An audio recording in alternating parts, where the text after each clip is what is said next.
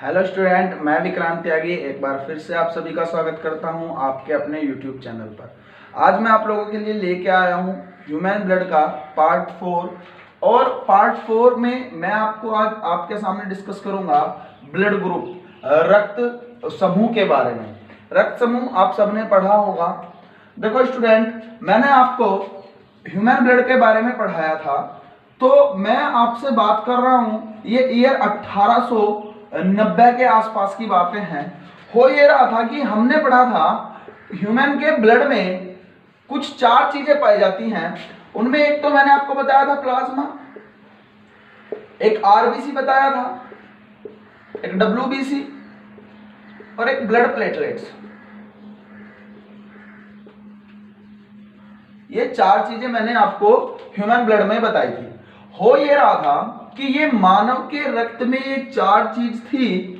और रक्त सबके, अगर मैं किसी भी रक्त की डेफिनेशन की बात करूं तो सबके साथ यही आ रहा था कि ब्लड एक कनेक्टिव फ्लूइड टिश्यू है। रक्त क्या है? एक तरल संयोजी ऊतक है। तो जब सबका रक्त एक जैसा था तो 1890 ईयर के मैं आसपास बात कर रहा हूं, हो ये रहा था कि अगर किसी व्यक्ति का ब्लड किसी दूसरे व्यक्ति को दे दिया जा रहा था तो 10 में से 7 या 8 लोगों की डेथ हो जा रही थी। अब साइंटिस्टों के लिए बड़ा सवाल यह था कि जब सब कुछ ठीक है, सबका ब्लड एक जैसा है, तो ये 10 में से 8 लोगों की या 7 लोगों की डेथ क्यों हो रही है? बड़ा क्वेश्चन था। तो बात आई वर्ष 1900 ईस्वी पे। तो 1900 से स्टार्ट करते हैं और पता करते हैं कि ब्लड ग्रुप क्या था। इस ब्लड ग्रुप के बारे में, इस ब्लड ग्रुप या रक्त समूह के बारे में सबसे पहले वर्ष 1900 ईस्वी में कार्ल लैंड स्टीनर, नाम याद रखेंगे, मोस्ट इंपोर्टेंट नाम है, और ईयर भी, Karl Landsteiner. Blood group discovered by Karl Landsteiner in 1900। रक्त समूह की खोज कार्ल लैंड स्टीनर ने वर्ष 1900 ईस्वी में की थी। इस ब्लड ग्रुप की खोज करने के लिए कार्ल लैंड स्टीनर को अवॉर्डेड किया गया 1930 ईस्वी में नोबेल प्राइज से। यानी कि कार्ल लैंड स्टीनर को, क्वेश्चन आता है एग्जाम में, कार्ल लैंड स्टीनर को नोबेल प्राइज कब मिला? तो याद रखेंगे, कार्ल लैंड स्टीनर को नोबेल प्राइज कब मिला? 1930 ईस्वी में। किसकी खोज के लिए? रक्त समूह की खोज के लिए। अब कार्ल लैंड स्टीनर ने क्या बताया? इन्होंने बताया द मेन रीजन, लिखेंगे the main reason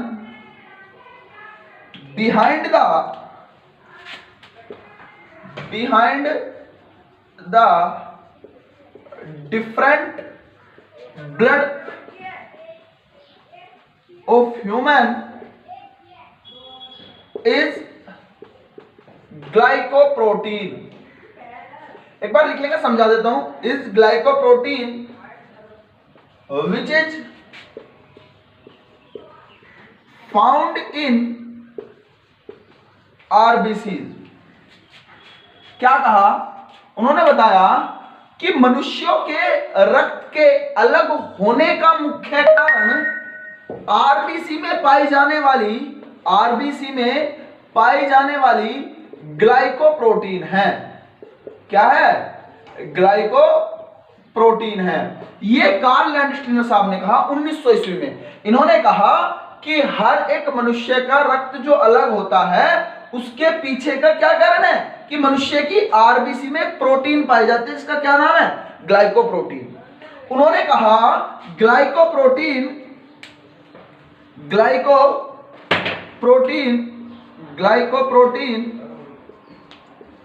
is also known as antigen. यानी कि इसी ग्लाइकोप्रोटीन को एंटीजन कहते हैं। इसी ग्लाइकोप्रोटीन को एंटीजन कहते हैं। There are 2 types of antigen. Antigen 2 प्रकार के बताए। कौन कौन से? एंटीजन ए और एंटीजन बी। फिर से समझ लेंगे। 1900 ईस्वी में कार्ल एंड स्टीनर ने ब्लड ग्रुप्स की खोज की, जिसके लिए 1930 में इन्हें नोबेल प्राइज दिया गया। इन्होंने बताया कि मनुष्य के रक्त के अलग होने का मुख्य जो कारण है वो आरबीसी में पाई जाने वाली ग्लाइकोप्रोटीन है। इसी ग्लाइकोप्रोटीन को एंटीजन भी कहते हैं, और एंटीजन दो प्रकार के होते हैं, एंटीजन ए और एंटीजन बी। इन्होंने बताया on the basis of presence of glycoprotein और antigen, there are 4 groups of blood in human।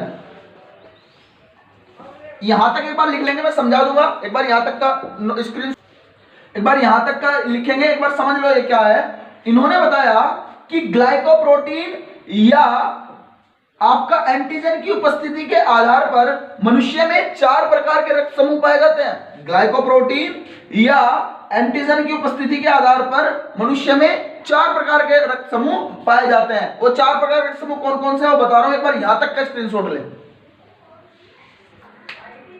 मैंने बताया कि इस एंटीजन या ग्लाइकोप्रोटीन की उपस्थिति के आधार पर मनुष्य में 4 प्रकार के रक्त समूह पाए जाते हैं, और एंटीजन कितने प्रकार के होते हैं? 2 प्रकार के, एंटीजन ए और एंटीजन बी।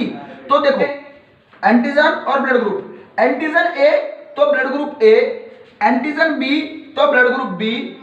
एंटीजन ऐसा हो सकता है किसी व्यक्ति में दोनों एंटीजन पाए जाए, मतलब A and B both antigen are present, then blood group A B.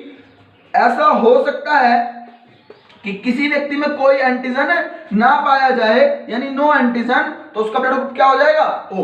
ये बहुत सिंपल सी चीज है, एक बार इसको लिख लो, एक बार इसको लिख लो, इसका स्क्रीनशॉट ले लो। एक बार नेक्स्ट पॉइंट लिखेंगे, N opposite type of protein found in blood plasma. एक विपरीत प्रकार की प्रोटीन रक्त के प्लाज्मा में भी पाई जाती है, विच इज एंटीबॉडी, जिसे हम एंटीबॉडी कहते हैं।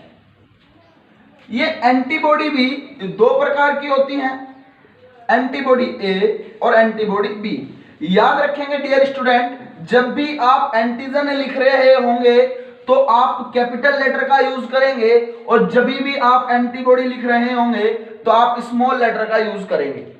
यहां तक किसी को कोई दिक्कत? अब एंटीजन और एंटीबॉडी की उपस्थिति के आधार पर ये आपको ब्लड ग्रुप की जो टेबल है ये आपको याद करनी है, ये याद होनी चाहिए आपके। तो आपके ब्लड में क्या क्या चीज पाई जाती है? एंटीजन होता है, और क्या होता है? एंटीबॉडी होती है, फिर आपका क्या बन जाता है? ब्लड ग्रुप बन जाता है। ये बात याद रखना कि एंटीबॉडी हमेशा एंटीजन के अपोजिट होगी। अगर किसी व्यक्ति में एंटीजन ए है तो इसमें एंटीबॉडी ए नहीं हो सकती, तो इसमें एंटीबॉडी कौन सी होगी? बी होगी। और अगर इसमें एंटीजन ए है तो ब्लड ग्रुप ए होगा। अब हो सकता है कि किसी व्यक्ति में एंटीजन बी हो। अब अगर किसी व्यक्ति में एंटीजन बी है तो ये एंटीबॉडी बी को अपने साथ कैरी नहीं करेगा। अब इसके साथ एंटीबॉडी बी नहीं रहेगी तो इसके साथ एंटीबॉडी ए रहेगी, और अगर इसके साथ एंटीबॉडी ए है, एंटीजन बी है, तो ब्लड ग्रुप बी होगा। थर्ड कंडीशन क्या थी? किसी के पास a and B both antigen हो तो उसके पास कोई एंटीबॉडी नहीं होगी। अब इसके पास कोई एंटीबॉडी नहीं है तो इसलिए इसका ब्लड ग्रुप होता है ए बी। कोई व्यक्ति अगर ऐसा हो जिसके पास कोई एंटीजन ही ना हो तो इसके पास दोनों एंटीबॉडी होंगी और इसका ब्लड ग्रुप होगा ओ।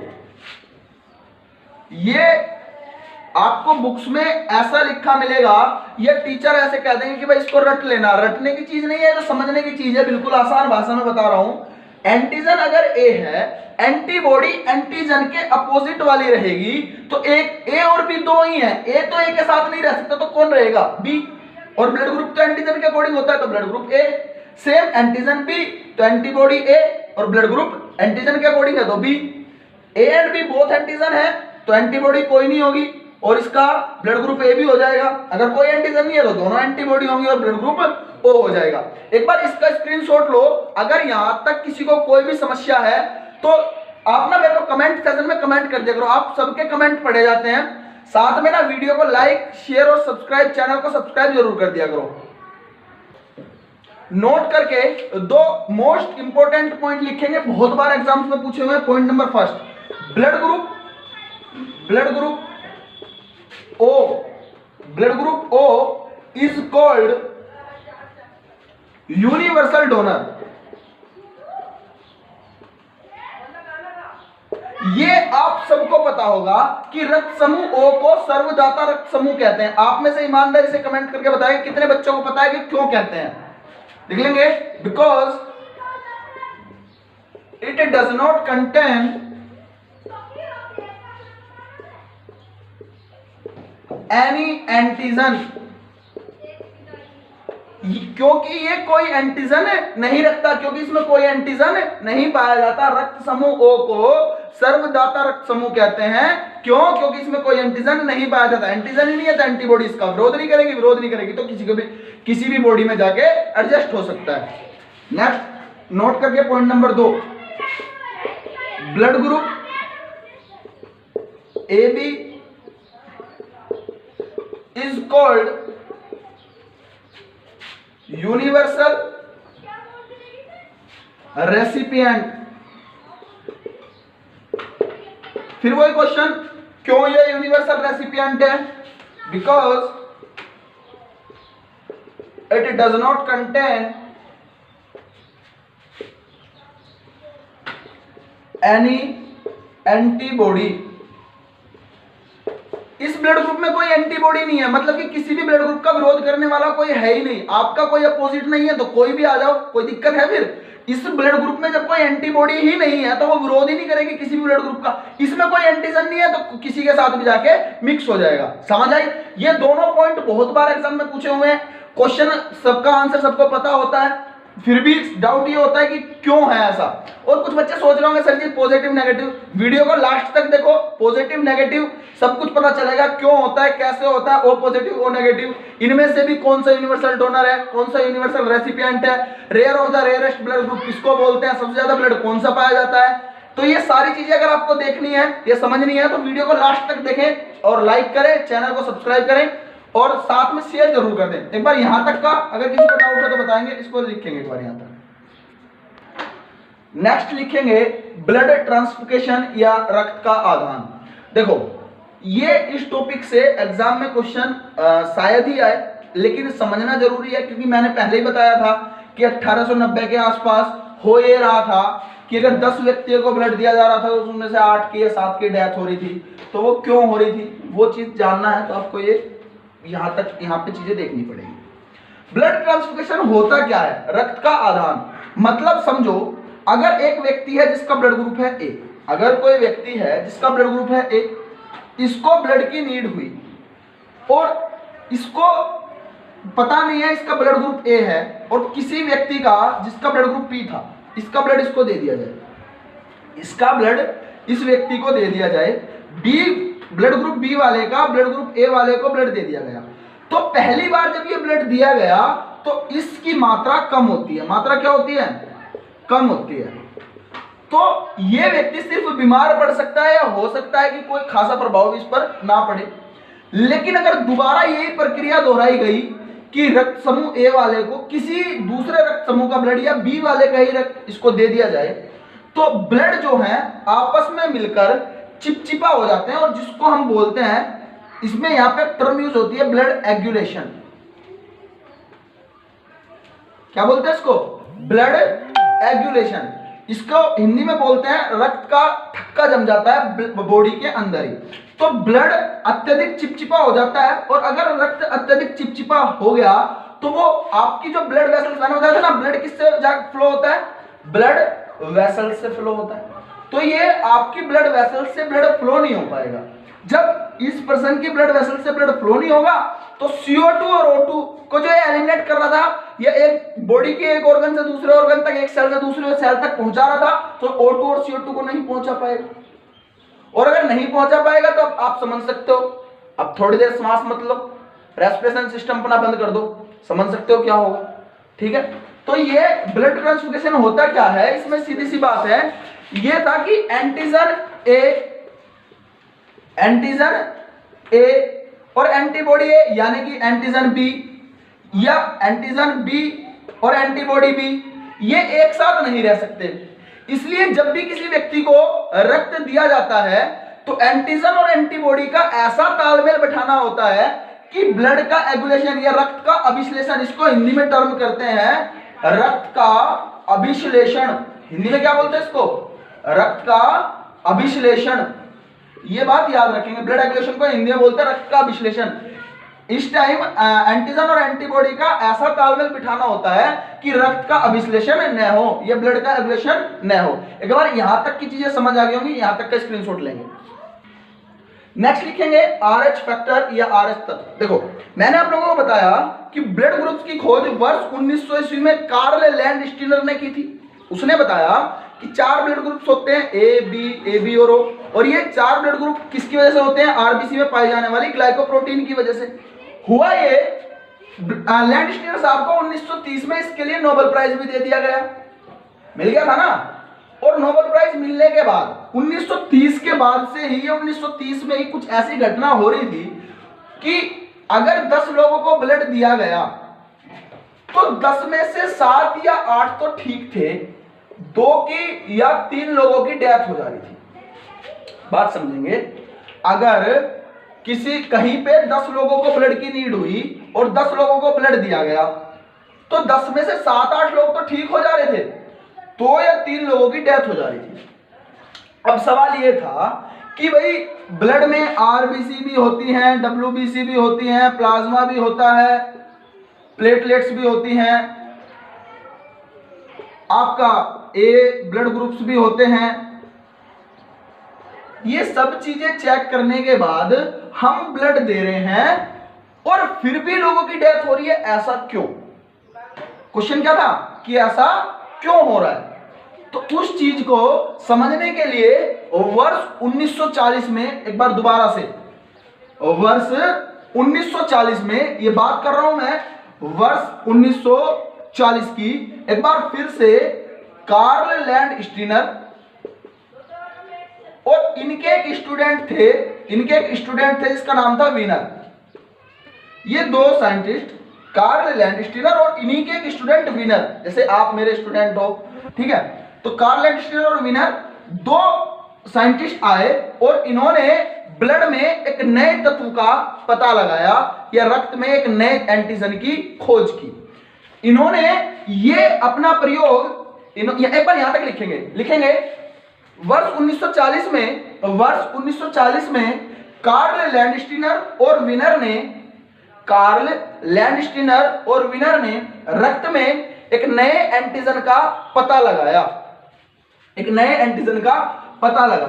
इन्होंने अपना यह प्रयोग रीसस मकैओ नामक एक बंदर पर किया था। रीसस, बेटा रीसस लिखेंगे ना, रीसस मकैओ नामक एक बंदर पर किया था। एक मंकी था। कौन था? एक मंकी था। इन्होंने इस बंदर पर प्रयोग किया, रीसस मकैओ नाम का बंदर था। तो इन्होंने कहा कि जरूरी नहीं है कि हर एक व्यक्ति में ये एंटीजन पाया जाए, जरूरी नहीं है कि हर एक व्यक्ति में ये एंटीजन पाया जाए।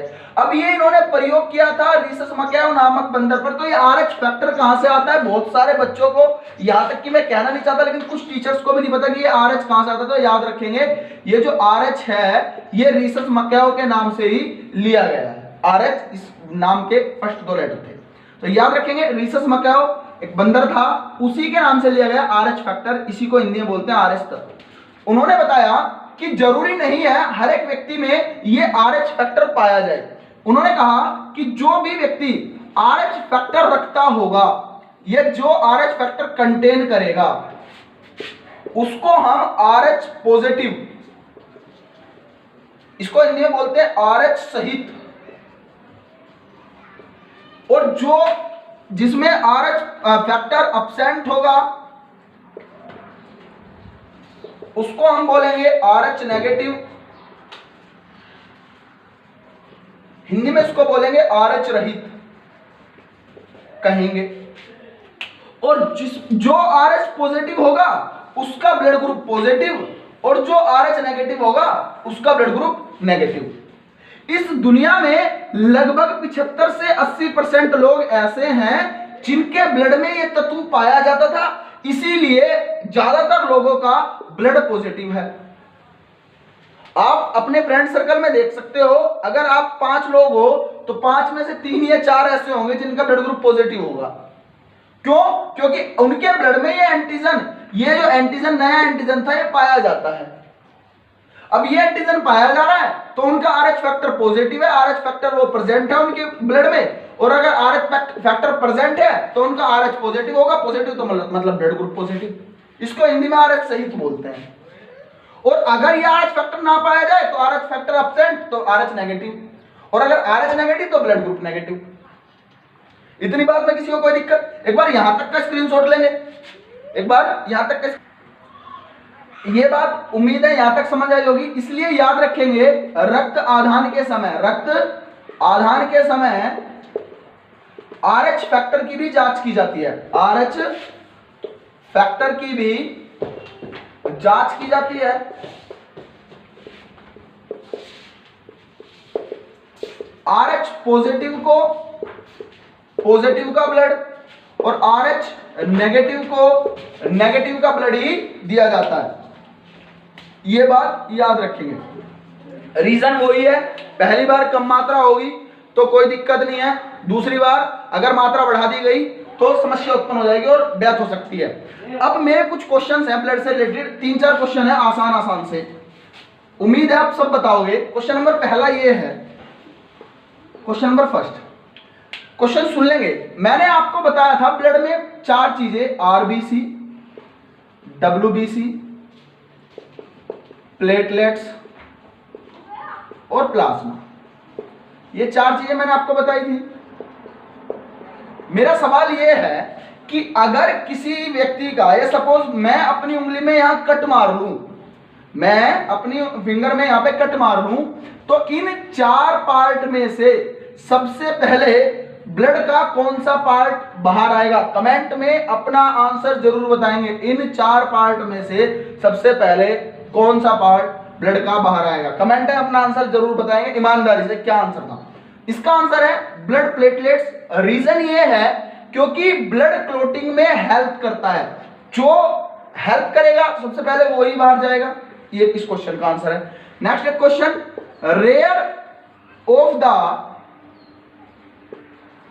रेयरेस्ट ब्लड ग्रुप किसको बोलते हैं? मतलब दुर्लभ से दुर्लभ रक्त समूह, दुर्लभ से दुर्लभ रक्त समूह किसको बोलते हैं? तो इसका आंसर है AB नेगेटिव। अब देखेंगे आपके कितने क्वेश्चन सही हो रहे हैं। Next question number 3, question number 3, axis of RBC, ये RBC की अधिकता से शरीर में कौन सा रोग होता है? RBC की अधिकता से शरीर में कौन सा रोग होता है? तो आंसर है पॉलीसाइथीमिया, ये बात याद रखेंगे। नेक्स्ट क्वेश्चन के ऑप्शन सेम है, इनमें से कौन सा रक्त कण या कौन सा रक्त का पार्ट ऐसा है जो केवल स्तनधारियों में पाया जाता है? जो केवल स्तनधारियों में पाया जाता है, कौन सा रक्त का पार्ट ऐसा है जो केवल स्तनधारियों में पाया जाता है? आंसर इसका भी ब्लड प्लेटलेट्स है, याद रखेंगे। जिसने नहीं देखा वो पुरानी वीडियो देख ले, क्वेश्चन का आंसर पता चल जाएंगे। बस आज के लिए इतना ही, मिलते हैं नेक्स्ट क्लास में। धन्यवाद क्लास, जय हिंद जय भारत।